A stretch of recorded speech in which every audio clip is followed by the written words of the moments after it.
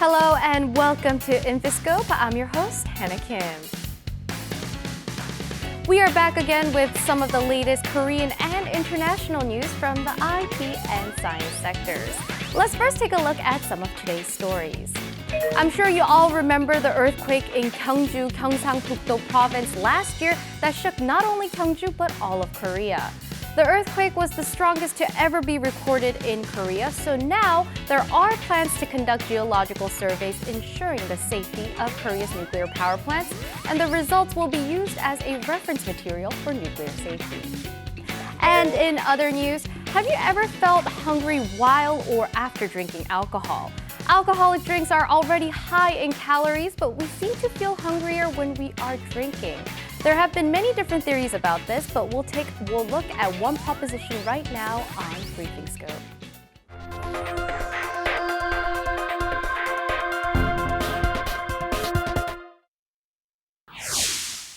Researchers from the UK-based Francis Crick Institute studied the brain of mice that were given alcohol. They discovered that the neurons connected to appetite were activated, inducing the mice to consume 10 to 20% more food. Artificially suppressing the activities of those neurons blocked the additional consumption of food. The Nuclear Safety and Security Commission has made it a priority to ensure the safety of nuclear power plants in the wake of last year's earthquake in Gyeongju, Gyeongsang-Pukto province. The Commission will complete a roadmap for developing technologies related to transporting, storing, and disposing of spent nuclear fuels. US-based researchers have attempted to apply widely used neuroscience methods to analyze the inner workings of a games console that was released in 1977, but such approaches failed to answer their questions. The team added that without careful thought, current big data approaches may not succeed in advancing the neuroscience field. Moving on to our next segment, foot and mouth disease and avian influenza hit Korea almost at the same time this year. Fortunately, avian influenza seems to have subsided, and some have pointed to migratory birds as the culprit, but perhaps there may be other causes of this epidemic. We'll give you more details on this in just a moment. Now, before that, our next story is about space exploration. Korea's dream of becoming a space power started with the development of the Korea Space Launch Vehicle, and a test launch is currently planned for October of 2018. Given that the launch has been postponed by 10 months, researchers will aim to bolster the technology through some 50 engine tests in 2017. So how far has this project come along? We'll find out the answer in the next part of our show, Industry Inside.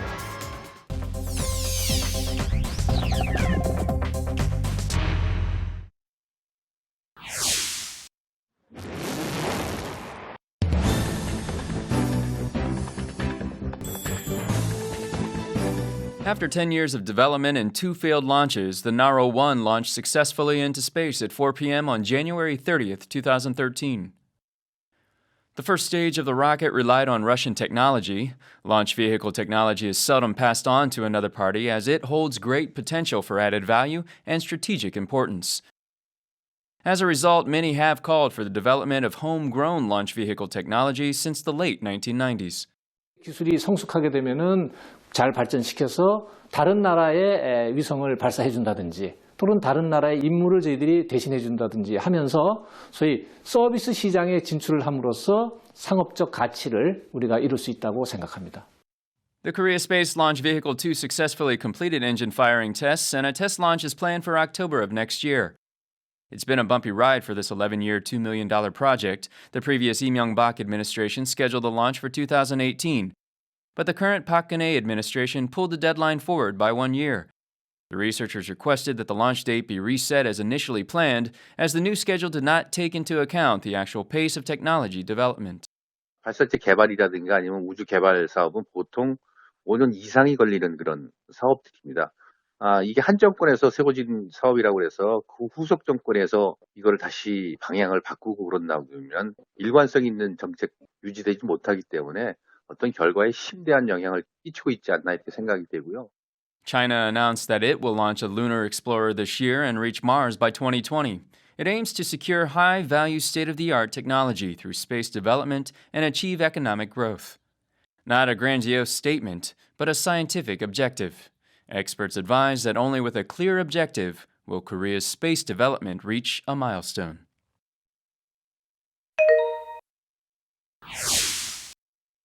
Local governments of regions visited by migratory birds are on alert ever since migratory birds were blamed for the spread of avian influenza.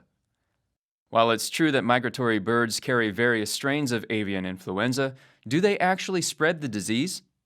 Experts say that even if these birds approach human dwellings, it would be difficult for them to come into direct contact with livestock.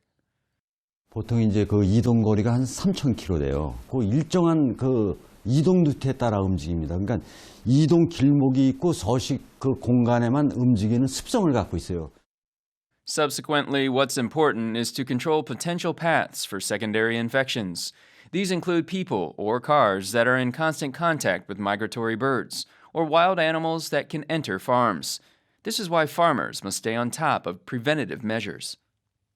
철새들이 바로 그 양계 농가 위로 가면서 분변을 배설을 한다든가 그렇진 않아요. 축사에 근무하는 사람이 밟아가지고 장화 틈 같은 데 바닥에 이렇게 묻혀서 바이러스를 들어오는 경로 아니면 트랙터라든가 경운기라든가 차량들을 가지고 Many experts also say that the way the livestock are reared is to blame for the fact that the AI virus, that is virtually asymptomatic in migratory birds, is deadly for poultry breeds. Often, ducks and chickens are kept in tight, overcrowded spaces and exposed to antibiotics, worsening their immune systems. The European Union established regulations in 2012 calling for more space and lesser restrictions for hens. A reform in the livestock's living environment is a must for combating AI epidemics. The budget for the Centers for Creative Economy and Innovation has been set to $38.1 million for this year.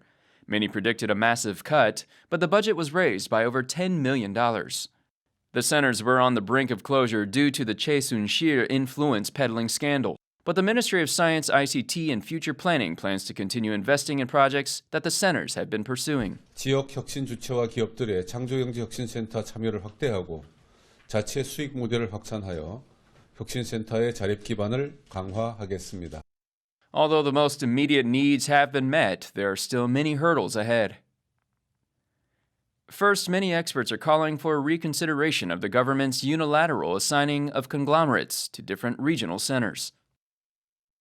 대기업의 지역별 센터를 할당해서 자금을 충원하는 것보다는 대기업 스스로가 필요한 기술을 가지고 있는 기업 그리고 그 기업이 위치한 센터에 능동적으로 투자하는 그런 구조가 마련되는 것이 바람직하다고 생각합니다.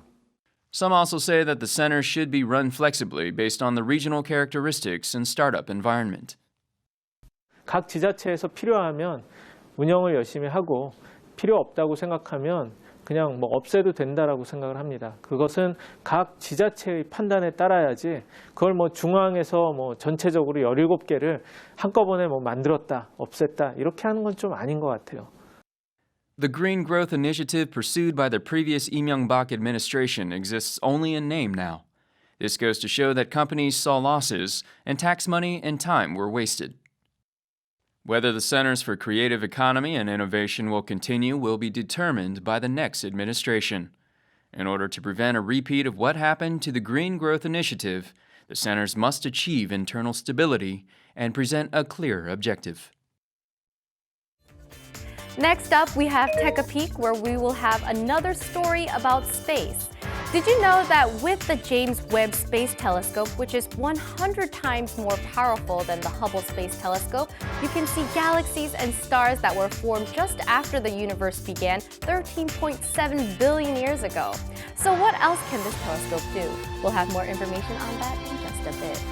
And in the field of medicine, we have good news for patients of cardiovascular diseases. Our heart is made up of cardiac muscle cells, which cannot be easily regenerated once they are damaged.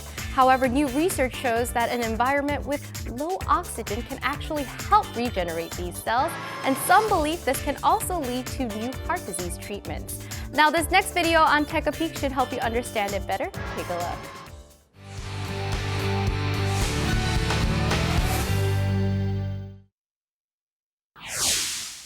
The heart is responsible for supplying our body with blood.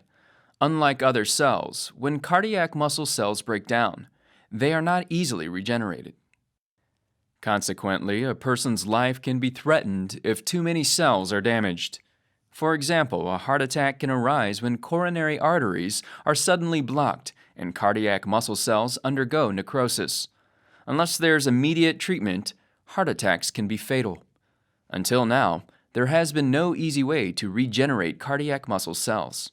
Recently, a team of U.S. researchers have found that in an environment where the amount of oxygen is low enough to trigger altitude sickness, heart muscle cells in animals could be regenerated. Cells use oxygen to gain the energy needed to survive, but the process generates reactive oxygen species, which can damage cells and DNA. Cardiac muscle cells consume a significant amount of oxygen, leading to excess ROS that suppress cell division, but a low oxygen environment lifted this suppression. 산소 환경이 되면서 산소 이용률이 줄어들고 활성산소가 줄어들기 때문에 DNA 데미지와 같은 세포 내에 어떤 부정적인 현상이 줄어들게 되는 거죠. 그러면 이제 세포는 그런 문제점이 해결된 것을 인지하고 다시 세포 분열을 일으키는 기전을 작동하게 되는데. The researchers believe that with additional research, patients with heart diseases may be able to recover more effectively in a low oxygen environment. The research and its results were published in the academic journal Nature. Light moves at the speed of just under 300 million meters per second. The light generated by the Big Bang 13.7 billion years ago has yet to reach Earth. If we look into deep space with a high-performance telescope, will we be able to outrun the speed of light? The idea of a space telescope began from that question. This is the Hubble Space Telescope, the window to space for the past 27 years. Now, its successor, the James Webb Space Telescope, is awaiting tests and a launch to space. The telescope's primary mission will consist of studying the early universe following the Big Bang. We will find something that nobody knows is out there. So some little thing that happened in the early universe that came before the galaxies, some way that the black holes were formed. We don't know where they came from. The James Webb Space Telescope weighs about half as much as the Hubble Space Telescope, and its primary mirror is 7 times as big as its predecessor. Furthermore, while the Hubble Space Telescope is in orbit 600 kilometers above Earth, the James Webb Space Telescope will orbit the Sun some 1.5 million kilometers away from our planet. This distance means it can see farther than before and capture more light. The new telescope is expected to be able to observe the birth of stars in real time using the infrared part of the spectrum. The telescope will undergo vibration, cryogenic, and performance tests, among others, before its scheduled launch in October of 2018. And that last story brings us to the end of the show. I feel like we had a lot of different news about space travel and space technology today.